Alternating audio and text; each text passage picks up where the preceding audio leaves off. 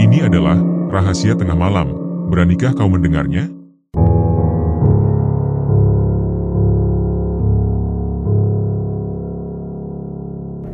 Umar lahir dan besar di kota Surabaya, Jawa Timur.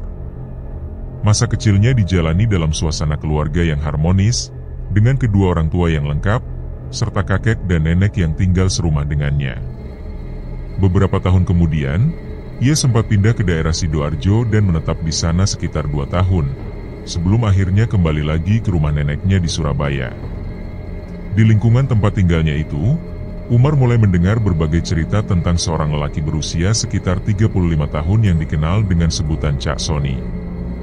Namun, bagi Umar dan teman-teman sebayanya, lelaki tersebut lebih akrab dipanggil Pak De Soni. Pak De Soni memiliki reputasi sebagai seorang preman di kampung tersebut. Namun sebuah peristiwa tertentu mengubah pandangan masyarakat terhadapnya. Pada suatu malam sekitar pukul 11:30, 2 orang maling mencoba mencuri sepeda motor milik warga. Kebetulan saat itu, Pak De Soni sedang mandi di sumur yang terletak di samping rumahnya. Karena terbiasa mandi pada malam hari, ia melihat langsung aksi pencurian tersebut. Tanpa banyak pertimbangan, hanya mengenakan celana pendek, ia mengejar kedua maling itu hingga hampir melampaui kampung sebelah. Jalan yang sempit membuat maling tidak mampu melajukan motornya dengan kencang. Akhirnya, mereka berhasil ditangkap oleh Pak De Soni seorang diri dan dipukuli hingga tak berdaya. Sejak kejadian itu, pandangan masyarakat berubah. Pak De Soni dianggap sebagai sosok yang mampu menjaga keamanan kampung. Walau demikian, kehidupan yang dijalaninya masih identik dengan dunia preman, mabuk-mabukan, dan pernah pula terlibat dalam penjualan narkoba. Kampung tempat Umar tinggal terbagi menjadi 2 sisi yang kontras. Di satu sisi terdapat masyarakat religius yang rajin menuju masjid dan sering mengadakan pengajian. Namun di sisi lain ada kelompok masyarakat yang terbiasa berjudi dan mabuk-mabukan. Ketika Umar duduk di bangku kelas 2 SMP, keluarganya mengalami perpecahan. Orang tuanya bercerai, adiknya ikut bersama ibunya, sementara ayahnya menghilang entah kemana. Umar sendiri tinggal bersama kakek dan neneknya. Namun pola asuh dari kakek dan neneknya dirasa kurang mampu membimbing Umar dengan baik, hingga membuat hidupnya terasa terombang-ambing. Dalam kondisi itu, ia mulai sering bergaul dengan Pak De Soni dan lingkaran pertemanannya. Pak De Soni memiliki banyak anak buah dari berbagai usia. Umar seringkali ikut berkumpul dengan mereka, bahkan kerap disuruh membeli minuman keras atau makanan pendamping ketika mereka minum, terutama setiap malam minggu.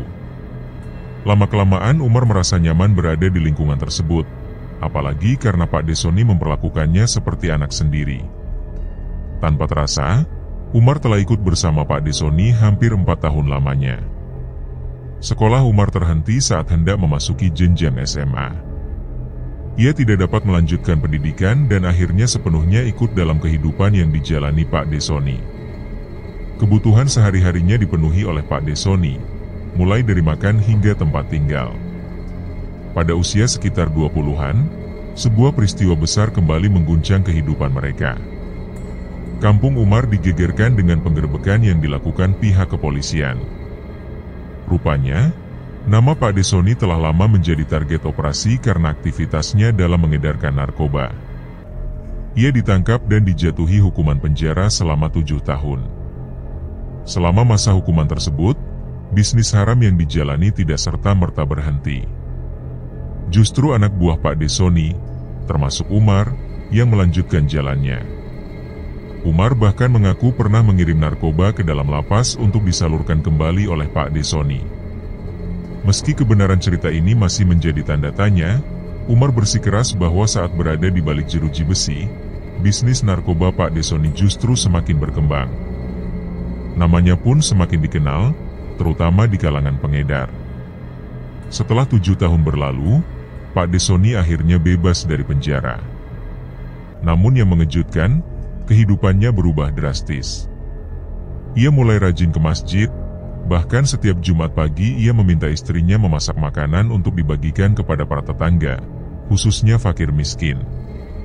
Sejak saat itu, Pak Desoni meninggalkan dunia lamanya. Berbeda dengan Umar dan kawan-kawan yang masih melanjutkan bisnis narkoba, Pak Desoni tidak lagi terlibat, tetapi juga tidak memberikan nasihat secara langsung kepada mereka. Umar sempat merasa heran mengapa sosok yang dulu menjadi panutan dalam dunia kelam itu kini memilih jalan yang berbeda. Dari sikap dan perubahan Pak Desoni, Umar mulai merenung. Kata-kata sederhana dari lelaki yang dulu dikenal sebagai preman itu tertanam dalam pikirannya. Bahwa manusia memiliki waktunya masing-masing untuk berhenti dari kebiasaan buruk, dan jika belum ada niat dalam diri sendiri, bahkan malaikat sekalipun tidak akan mampu membuat seseorang berhenti. Kebersamaan Umar dengan sahabat dekatnya, Andre, membuatnya semakin memikirkan hal itu. Andre juga merupakan sosok yang sejak lama berada di bawah naungan Pak Desoni.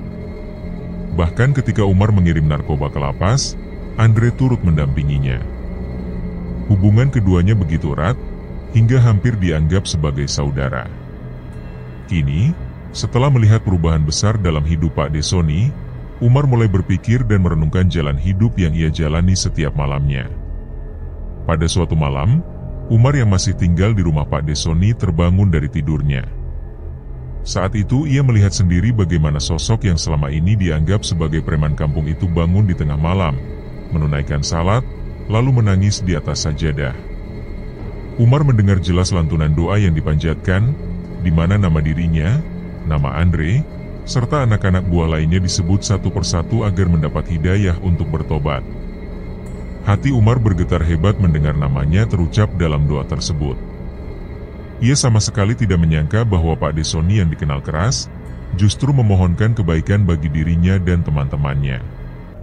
Sejak saat itu, Umar mulai merasa bahwa mungkin sudah tiba waktunya untuk berhenti dari jalan gelap yang ia jalani. Ketika tekad itu tumbuh, Umar menyampaikan niatnya kepada Pak Desoni. Ia ingin mencari pekerjaan lain di sebuah toko bangunan yang sedang membutuhkan tenaga kuli, karena ia sudah bosan dengan kehidupan yang dijalaninya. Mendengar hal itu, Pak Desoni menunjukkan rasa syukur dan kebahagiaan. Ia merasa bersalah karena telah membawa Umar masuk ke dunia kelam. Namun keputusan Umar untuk keluar justru menjadi kebahagiaan tersendiri baginya. Sejak saat itu, Umar benar-benar meninggalkan pergaulan lama dan tidak lagi berbaur dengan lingkaran yang sama. Sementara Umar mulai bekerja di toko bangunan dan menemukan ketenangan meski penghasilannya tidak sebanyak ketika berada di bawah naungan Pak Desoni. Sahabatnya Andre masih tetap bertahan di lingkaran lama. Tidak lama setelah Umar mulai bekerja, cobaan datang kembali. Pak Desoni jatuh sakit. Penyakit itu datang tiba-tiba, hanya berupa panas yang kemudian membuatnya kehilangan kemampuan berbicara selama 2 hari. Tanpa diduga, setelah 2 hari menderita sakit itu, Pak Desoni meninggal dunia. Kehilangan itu menjadi pukulan besar bagi Umar. Ia merasa kehilangan sosok ayah, teman, sekaligus sahabat yang bisa diajak berbagi. Bahkan ketika orang tuanya bercerai dan ayahnya menghilang tanpa kabar, Umar tidak pernah merasakan kesedihan yang sedalam ini. Namun saat Pak Desoni pergi untuk selamanya, dunianya terasa runtuh. Kematian Pak Desoni disambut dengan doa dan rasa syukur dari masyarakat. Tahlilan digelar di rumah duka, dihadiri banyak orang yang mengenal riwayat hidupnya. Mereka menghormati perubahan besar dalam hidupnya, karena Pak Desoni meninggal setelah bertobat dan mendekatkan diri pada jalan yang benar. Seusai tahlilan 3 hari, suasana kampung mulai berubah. Teman-teman yang biasa berkumpul untuk mabuk-mabukan mulai berkurang. Andre pun menghilang entah kemana, hingga akhirnya muncul kembali setelah tahlilan 7 hari dengan mengajak kawan-kawannya untuk kembali minum. Rupanya ia belum juga berubah. Di sisi lain, kehidupan Umar di toko bangunan tidak berjalan mulus. Ia mendapat perlakuan tidak adil dari juragannya. Gajinya yang seharusnya dibayar setiap Sabtu sering terlambat, bahkan kerap dipotong tanpa alasan yang jelas. Sementara pekerja lain tetap menerima upah penuh, Umar merasa dianaktirikan. Perlakuan semena-mena itu lama-kelamaan memunculkan amarah hingga membuat Umar melakukan tindakan bodoh. Ia melampiaskan kekesalan dengan melakukan kekerasan terhadap juragannya. Akibat perbuatannya, Umar diproses hukum dan harus mendekam di tahanan polsek selama 3 bulan, sebelum akhirnya dilepaskan kembali. Setelah bebas, Umar justru merasa memberontak. Niat baik yang semula ia jalani kandas begitu saja. Ia kembali bersentuhan dengan dunia yang telah lama ditinggalkannya. Minuman keras kembali dikonsumsi, mabuk-mabukan menjadi kebiasaan, bahkan narkoba kembali ia perjualbelikan. Pertemuannya dengan Andre semakin menyeretnya kembali ke jalan lama. Hal itu berlangsung hampir 2 tahun lamanya. Pada suatu ketika, Umar mengalami mimpi aneh. Dalam mimpinya, ia bertemu dengan Pak Desoni. Sosok itu muncul dengan mengenakan celana pendek putih dan kaos singlet putih, namun wajahnya tampak pucat. Pak Desoni mendekat dan menyinggung nama Umar, seakan mengingatkannya akan arti besar dari nama yang disandangnya. Umar tahu bahwa namanya adalah nama salah satu sahabat Nabi, Sayyidina Umar bin Khattab, sosok besar yang berpengaruh dalam sejarah Islam. Mendengar sindiran dalam mimpi itu, Umar merasa seperti ditegur secara langsung. Wajah Pak Desoni tampak muram dan tidak enak dipandang, lalu perlahan pergi meninggalkan Umar. Saat Umar berusaha mengejarnya, sosok itu hilang dan berubah menjadi cahaya terang. Mimpi itu kembali datang 2 hari kemudian. Umar kembali melihat Pak Desoni, kali ini sedang duduk di bawah pohon besar. Umar mendekatinya, dan dalam mimpi itu Pak Desoni menyampaikan bahwa setelah berada di alam sana, setiap jiwa bertanggung jawab atas dirinya sendiri tanpa ada yang bisa membantu. Ia bahkan menceritakan bahwa sempat bertemu dengan Pak De Aziz, seorang tokoh religius di kampung yang dulu menjadi imam masjid, namun sosok itu bersikap seolah tidak mengenalnya. Umar terbangun dari mimpinya dengan perasaan campur aduk. Ia terus merenungkan pesan yang disampaikan dalam mimpi itu, bahwa di alam sana setiap manusia akan berjuang sendirian, dan tidak ada seorang pun yang bisa menolong. Renungan itu membuat Umar semakin sering berpikir tentang arah hidupnya. 2 hari kemudian, Umar kembali mengalami mimpi yang sama. Dalam tidurnya, ia bertemu dengan Pak Desoni, namun sosok itu terlihat begitu jauh. Setiap kali Umar berusaha mendekat, jarak yang terbentang justru semakin melebar, hingga ia tidak sempat menyapa apalagi bercakap dengan Pak D-nya. Mimpi itu berakhir begitu saja, menyisakan tanda tanya yang tak mampu ia tafsirkan. Umar tidak memahami maksud di balik pertanda tersebut, meski dalam hatinya muncul dugaan bahwa mungkin dirinya sedang diingatkan untuk bertobat. Namun, dugaan itu tidak benar-benar ia resapi, sebab pada hari yang sama ia masih sempat menenggak minuman keras. Saat itu hatinya sedang gembira karena baru saja memiliki motor yang didapat dari seorang temannya. Motor tersebut tidak jelas asal-usulnya, bahkan tanpa surat-surat resmi. Meski begitu, Umar kerap menggunakannya untuk balap liar. Di Surabaya pada masa itu, terdapat sebuah lokasi yang selalu menggelar ajang trek-trekan setiap malam minggu. Umar dan Andre telah lama merencanakan untuk ikut serta, sebab mereka kerap memasang taruhan. Motor Umar yang telah dimodifikasi diyakininya mampu melaju dengan kecepatan tinggi. Keyakinan itu semakin diperkuat oleh Andre yang menuntut Umar menjadi joki, karena mereka merasa peluang untuk menang sangat besar. Pada malam Sabtu itu, mereka pun berangkat menuju arena balap. Benar saja, Umar berhasil memenangkan perlombaan dan membawa pulang taruhan dalam jumlah yang sangat besar, meskipun ia lupa berapa nominal pastinya. Kemenangan itu dirayakan dengan pesta minuman keras yang berlangsung sejak pukul 1 dini hari hingga menjelang subuh. Bahkan ketika pagi menjelang, mereka masih melanjutkan pesta hingga siang hari, lalu terlelap hingga malam. Ketika terbangun sekitar pukul 10 malam, kebiasaan buruk kembali berulang. Umar merasa sudah jenuh dengan minuman, tetapi Andre mendesak untuk membeli lagi karena uang hasil taruhan masih tersisa banyak. Umar sebenarnya enggan, sebab tubuhnya masih lelah, perutnya lapar, dan matanya berat oleh kantuk. Namun, karena desakan yang tak henti, akhirnya ia ikut serta. Malam itu, Andre yang mengendarai motor, sementara Umar duduk di boncengan. Gaya mengemudi Andre yang ugal-ugalan membuat perjalanan terasa membahayakan. Di sebuah perempatan kota, kesadaran Umar tiba-tiba menghilang. Semuanya menjadi gelap, seolah ia terlelap. Dalam ketidaksadaran itu, Umar merasa seperti bermimpi, namun mimpi tersebut terlalu nyata. Ia mendapati dirinya berada di atas sebuah jembatan tinggi yang diselimuti kabut pekat. Tubuhnya diseret oleh dua sosok raksasa yang tak jelas wujudnya, hanya terlihat tangan mereka yang begitu besar dengan jari-jari panjang mencengkeram kedua lengannya. Kedua makhluk itu menyeretnya dengan paksa, sembari berulang kali menyuarakan bahwa dirinya adalah orang yang harus mati. Ketakutan menyelimuti Umar. Ia berusaha meronta, berteriak meminta tolong, namun cengkeraman itu terlampau kuat. Dalam rasa putus asa, ia melihat sosok Pak Desoni muncul di ujung jembatan. Pak D-nya berusaha menghadang dua makhluk tersebut agar tidak membawa Umar menyeberang. Kehadirannya menjadi penghalang yang menyelamatkan Umar dari batas yang seolah memisahkan dunia. Setelah itu, Umar dikembalikan, seakan ditidurkan kembali, hingga ia tersadar di dunia nyata. Ketika membuka mata, ia mendapati banyak orang mengerumuninya. Pemandangan yang terhampar membuat darahnya berdesir. Andre terkapar tak bernyawa, darah mengalir dari mulut dan matanya yang merah, sementara bagian kepalanya hancur parah. Tidak jauh dari sana, sepasang suami istri yang diduga menjadi korban tabrakan juga terbaring bersimbah darah. Orang-orang berusaha menolong, tetapi suasana dipenuhi kepanikan. Umar yang masih linglung berusaha bangkit.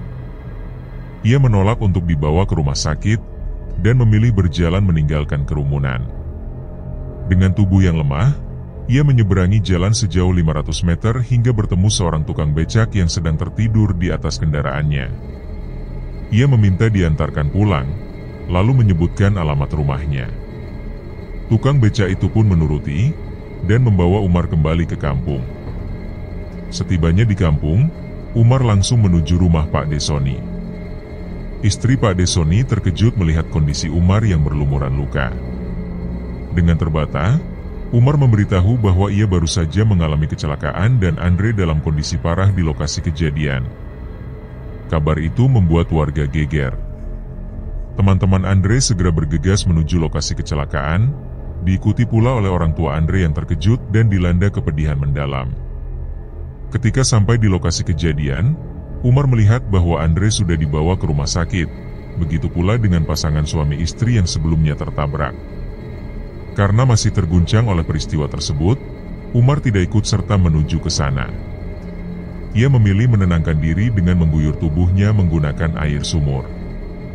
Berulang kali ia menyiramkan air dengan kencang, hingga hampir setengah jam lamanya, seolah ingin menghapus rasa panik dan takut yang masih membelenggunya. Beberapa jam kemudian, istri Pak Desoni datang sambil menangis dan menyampaikan kabar bahwa Andre telah meninggal dunia. Mendengar hal itu, Umar pun tak kuasa menahan tangis. Perasaannya bercampur aduk, teringat bahwa sebelumnya ia tidak memiliki firasat buruk apapun ketika membeli minuman bersama Andre. Namun, kenyataan berkata lain, sebab Andre yang mengendarai motor dengan ugal-ugalan akhirnya harus meregang nyawa. Tidak lama kemudian, jenazah Andre dibawa pulang ke kampung, dan pada keesokan harinya dimakamkan. Andre sebenarnya masih memiliki orang tua yang tinggal di kampung tersebut, tetapi sejak lama mereka acuh terhadap dirinya. Sejak remaja, Andre diasuh oleh Pak Desoni, sehingga ikatan antara mereka begitu erat.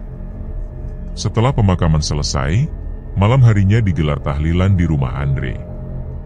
Sejak saat itu, mulai muncul kejadian-kejadian yang tidak masuk akal. Ibunya Andre bercerita bahwa beberapa hari sebelum kecelakaan, anaknya sempat mengucapkan hal-hal ganjil. Sekitar 7 hari sebelum ajal menjemput, Andre meminta agar rumah dicat putih. Alasannya karena rumah itu seharusnya tampak bagus dan tidak memalukan bila didatangi banyak orang. Ibunya sempat heran, mengingat belum waktunya untuk melakukan perbaikan, apalagi kebutuhan masih banyak. Namun, Andre meyakinkan bahwa rumah seharusnya tetap terlihat pantas jika ada tamu yang datang. Ucapan tersebut baru disadari sang ibu sebagai sebuah firasat setelah kematian menimpa anaknya. Beberapa hari kemudian, Andre kembali mengucapkan hal aneh. Ia pulang membawa bunga 7 rupa dan menyerahkannya kepada ibunya. Katanya bunga itu untuk ziarah kubur, sebab selama ini sang ibu jarang menziarahi makam kakek dan nenek mereka. Andre bahkan menambahkan bahwa dirinya kelak juga ingin diziarahi. Perkataan itu terasa samar saat diucapkan, tetapi kini terasa seperti pertanda akan kepergiannya. Malam tahlilan pertama berlangsung dengan penuh hikmat. Namun, di tengah-tengahnya, salah seorang teman Umar yang jarang mengikuti kegiatan keagamaan merasa simpatik sehingga turut hadir. Saat lantunan doa mengalun, teman Umar itu mengaku melihat sosok Andre masuk ke rumah melalui gang kecil di samping. Penasaran, ia mengikuti hingga ke belakang rumah. Di sana, ia melihat Andre jongkok di dekat tempat cucian piring. Namun, ketika sosok itu menoleh, wajahnya terlihat hancur dan penuh darah. Pemandangan itu membuatnya ketakutan hingga ia lari terbirit-birit, sementara doa-doa masih terus berkumandang di ruang utama. Pada malam kedua tahlilan, kejadian aneh kembali terjadi. Umar yang membantu ibu-ibu menyiapkan hidangan bagi para tamu, sedang mengantarkan piring ke ruang depan ketika tiba-tiba mendengar suara yang begitu familiar dari arah belakang. Suara itu terdengar jelas, seolah-olah Andre sedang menikmati aroma masakan yang disajikan. Tubuh Umar bergetar hebat karena ia mengenali suara tersebut. Beberapa orang yang hadir juga sempat saling bertanya-tanya, merasa suara itu benar-benar mirip dengan suara almarhum. Perasaan tidak percaya menyelimuti mereka, namun keganjilan itu tidak bisa diabaikan. Pada malam kelima, kejadian lain kembali menambah kengerian. Seusai tahlilan, para tetangga duduk di depan rumah dan berbincang mengenai kecelakaan yang menimpa Andre. Ada yang menceritakan bahwa pasangan suami istri yang ditabrak sebenarnya berasal dari Krian, Sidoarjo. Mereka baru saja membeli perlengkapan sekolah untuk anak-anak mereka setelah singgah di rumah beberapa kerabat di Surabaya. Dalam perjalanan pulang, mereka menjadi korban tabrakan maut tersebut dan meninggal seketika. Bahkan, sejumlah peralatan tulis yang mereka bawa, seperti buku dan pensil, terlihat berlumuran darah, membuat warga enggan menyentuhnya. Percakapan itu berlangsung di teras rumah almarhum Andre. Saat nama Andre disebut-sebut, tiba-tiba terdengar suara benda jatuh dari dalam rumah. Awalnya, mereka mengira hanya piring atau barang yang terjatuh akibat aktivitas ibu-ibu di dalam. Namun, ketika mereka kembali menyebut nama Andre, suara keras kembali terdengar, kali ini lebih nyaring, seakan berasal dari sesuatu yang lebih berat. Suasana hening berubah menjadi tegang, meninggalkan rasa ngeri bagi semua orang yang mendengar. Pada kali ketiga ketika nama Andre kembali disebut dalam obrolan mereka. Seperti sebelumnya, tiba-tiba saja ada benda yang jatuh begitu saja, seolah pertanda aneh yang tidak bisa dijelaskan dengan logika. Dari kejadian itu, salah seorang warga akhirnya memutuskan bahwa nama tersebut tidak boleh lagi diucapkan. Mereka beranggapan bahwa menyebut nama Andre hanya akan mendatangkan hal-hal ganjil, seakan-akan arwahnya tidak terima jika dipanggil. Sejak saat itu, para warga memilih untuk tidak lagi bercerita tentang Andre, bahkan menyebut namanya pun mereka enggan. Berbeda dengan warga lain, Umar tidak sepenuhnya percaya pada anggapan itu. Baginya, Andre tetaplah sahabat dekat yang pernah berbagi banyak cerita dengannya. Umar merasa bahwa meskipun nama Andre disebut berulang kali, ia tidak akan gentar. Jika memang Andre datang dalam wujud apapun, Umar siap untuk menghadapinya. Beberapa bulan kemudian, Umar memutuskan merantau ke Jakarta dan tinggal bersama salah satu keluarga dari pihak ibunya. Ia mendapatkan pekerjaan di sebuah toko, menempati sebuah ruko, dan tidur di gudang seorang diri. Selama tinggal di Jakarta, Umar mulai belajar melaksanakan salat 5 waktu dengan lebih tekun. Sekitar 2 minggu setelah bekerja, pada suatu malam ia terbangun dengan keinginan untuk salat tahajud. Saat itu ia teringat sosok Pak Soni, yang dahulu sering bangun malam untuk beribadah dan pernah mendoakan Umar beserta teman-temannya. Dari sanalah muncul niat untuk mendoakan Pak Soni, sahabat-sahabatnya, dan juga Andre. Umar pun bangkit, mengambil air wudhu, lalu melaksanakan salat malam. Doa demi doa ia panjatkan dengan khusyuk, menyebut satu persatu nama yang ingin ia doakan. Ketika giliran nama Andre disebut berulang kali, tiba-tiba sebuah vas bunga yang berada tepat di belakangnya terjatuh. Awalnya Umar mencoba mengabaikan hal itu, menganggapnya hanya karena hembusan angin. Namun setelah ia kembali menyebut nama Andre dalam doa, rasa ragu mulai timbul. Bayangan bahwa benda itu jatuh bukan kebetulan semakin kuat dalam pikirannya. Usai salat, Umar berbaring kembali untuk beristirahat. Namun bayangan itu terus menghantui pikirannya. Ia merasa seolah benar-benar memanggil Andre untuk hadir. Dalam hati, Umar semakin yakin dan berkata pada dirinya sendiri bahwa jika memang benar Andre datang, maka biarlah ia hadir. Rasa rindu yang selama ini tersimpan membuatnya berulang kali menyebut nama Andre, memanggil-manggilnya dengan penuh kerinduan. Tidak lama setelah itu, suasana di dalam ruangan berubah drastis. Hawa dingin merambat begitu cepat, membuat tubuh Umar merinding. Kesadarannya pun mulai kabur, berada di antara sadar dan tidak sadar. Telinganya mendengar jelas suara langkah kaki yang naik menapaki tangga ruko. Suara itu semakin lama semakin dekat, hingga akhirnya sosok itu muncul di hadapannya. Yang datang benar-benar sosok Andre, namun dengan penampilan mengenaskan. Wajahnya dipenuhi darah, kepalanya hancur, dan dari mulutnya terus mengalir darah segar. Wujud itu menyerupai keadaan Andre ketika mengalami kecelakaan yang merenggut nyawanya dahulu. Sosok itu berjalan tertatih-tatih mendekati Umar, membuat bulu kuduknya berdiri dan tubuhnya diliputi ketakutan yang luar biasa. Umar berusaha menolak kenyataan itu, tidak ingin mengingat sahabatnya dengan wujud yang begitu menyeramkan. Ketakutannya semakin menjadi ketika sosok tersebut tertawa keras, seakan mengejek ketidakberdayanya. Tubuh Umar terasa lumpuh, tidak mampu bergerak sedikit pun. Ia hanya bisa membaca doa yang terlintas dalam ingatannya. Beberapa saat kemudian, sosok Andre itu mendadak menghilang. Napas Umar tersengal-sengal, tubuhnya gemetar hebat karena ketakutan yang baru saja ia alami. Tanpa berpikir panjang, ia segera berlari menuruni tangga ruko dan keluar mencari keramaian. Malam itu ia tidak berani kembali ke tempat tidurnya hingga fajar menyingsing. Sejak kejadian itu, Umar memutuskan untuk tidak lagi menyebut nama Andre, bukan karena takut, melainkan ia tidak ingin peristiwa ganjil semacam itu terulang kembali. Hingga bertahun-tahun kemudian, ia benar-benar menjaga dirinya untuk tidak pernah lagi menyebut nama sahabatnya itu. Namun, suatu ketika menjelang Hari Raya Idul Fitri, Umar pulang ke Surabaya. Ia teringat bahwa belum pernah berziarah ke makam Pak Desoni. Di pemakaman yang sama, Andre juga dimakamkan tidak jauh dari sana. Maka setelah mendoakan Pak Desoni, ia melangkah menuju makam sahabatnya itu.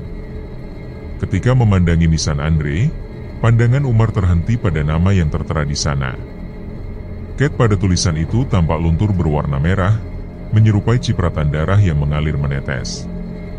Ia sempat bertanya-tanya dalam hati apakah memang sejak awal cat nisan itu berwarna demikian, namun ia benar-benar tidak bisa mengingatnya. Tidak ingin larut dalam rasa heran, Umar pun hanya mendoakan sahabatnya di tempat itu lalu beranjak pergi. Ketika ia melangkah menuju pintu keluar makam, telinganya tiba-tiba mendengar suara yang memanggil namanya dengan jelas. Suara itu begitu dikenalnya, suara Andre yang telah lama tiada. Ia sempat menoleh, namun mencoba meyakinkan dirinya bahwa hal itu mustahil.